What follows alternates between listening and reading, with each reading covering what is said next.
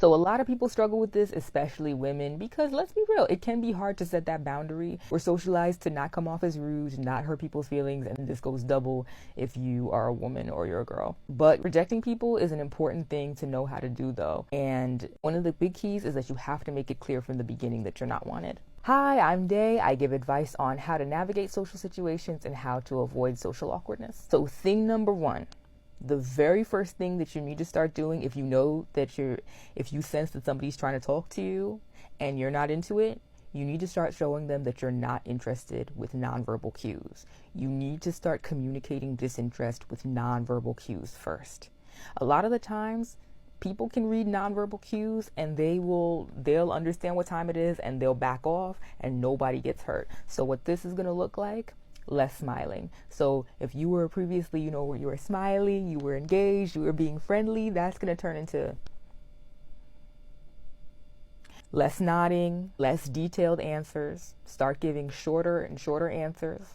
If they ask you to hang out, decline. You're busy every single time. Make less eye contact. Not in the sense that you're like darting your eyes everywhere trying to avoid eye contact like you're scared, but this is one of those subconscious cues that we pick up on.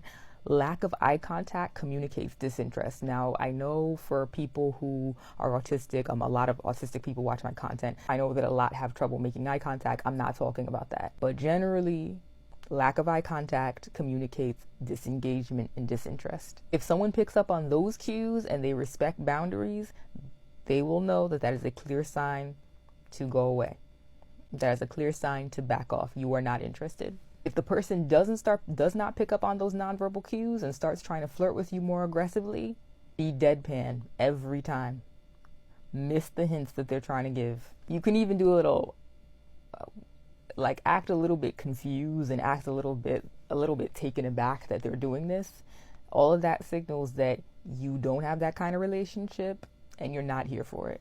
Whatever you do, do not do that thing where you nervously laugh or don't smile and nod when you really don't want to speak to him, because that's the thing. As much as it can be hard to stop people pleasing, as much as we're taught to have agreeable body language like smiling, nodding, and all that stuff, it's actually the worst thing that you could do in that situation, because it would be giving him a nonverbal green light to keep going. Now, let's say this is somebody that you have to speak to, like let's say this is a coworker or whatever, and obviously you can't ice them out, you can't ignore them outright, but you make sure that when you do speak to them, you keep the conversation work related. You keep the conversation specifically about what you have to speak to them about. If they keep trying to veer into other topics of conversation, they keep trying to make casual conversation, redirect the conversation back to work. Redirect the conversation back on topic every time. Do not allow them to think for 1 second that you're open to anything more. And speaking of redirecting, be willing and get comfortable with cutting conversations short. This is another thing that, people struggle with, especially if they have trouble with people pleasing. But what you can do is, let's say if someone is trying to talk to you, they're gonna want to keep you talking, right? They're gonna keep asking you all these questions. So one thing you can do is you can answer their question, but here's the key: you don't stop talking. It's gonna look like something like this. So let's say they ask you, "Hey, so where you from?" You'd be like, "Oh, I'm from New York, but I'm actually gonna get going now. Take care."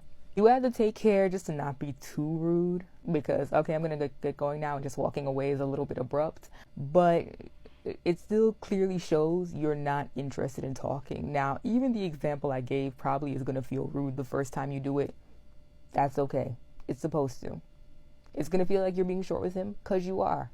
But the alternative would be communicating interest when that's not how you feel.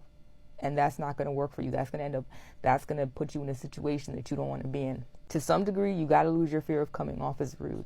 Now, for some reason, these tactics don't work, and this person tries to ask for your contact information, ask for your number, here's what you can say and here's how you can reject them. Now, how you do it depends on how they're approaching you. If they're being respectful about it, you can let them down easy with a white lie and say that you're seeing someone. Now, seeing someone's a little bit more vague than "I have a partner." Could mean you're seeing your best friend, you're seeing your doctor, you're seeing someone at some point, right? So I'm seeing someone, but it's understood what I'm seeing someone means, and if they're being nice, they should respect that boundary. If you're feeling more bold, you could say something like, I don't really feel comfortable giving out my number, and just leave it at that. You don't owe anyone an explanation for why you don't want to give their number. Now, obviously, especially with some men asking women out or asking for women's numbers, it can be a bit dangerous to say no. So lying may be the best option. You just got to use your judgment. Now, if he's being kind of an asshole, if he's being kind of cocky about it, I love when they're cocky about it, because then I really don't have to worry about their feelings. So here's what you could do. What I like to do is when they start trying to swagger over, trying to ask for my number, I go, why? And some of them, they have all the audacity. They'll be like, because I want to talk to you, or what you mean, why, or something like that. And in that case, I'll just laugh and be like, nah, I'm good.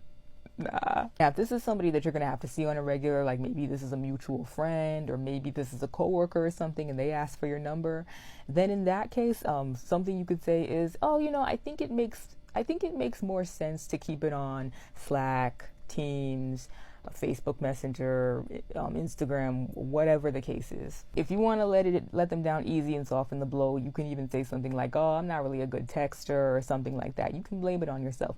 Now, most people should get the hint that you just don't want to give your number. But either way, even if they don't get it and somehow they're messaging you on that, I mean, at work, someone should be careful about messaging you flirty things, but in any case, it's a lot easier to ignore messages on social media than it is on your phone. So that's better for you. And one last thing I want to add, I know that a lot of people give out their number out of politeness. Most people will if you ask, but I do think that it's good for us to take our agency back and be comfortable with saying no when we mean no and saying yes when we mean yes. And finally, if someone asks you out, telling you that they like you and you don't see them that way, you can say, thank you, I'm really flattered, but I don't see you that way.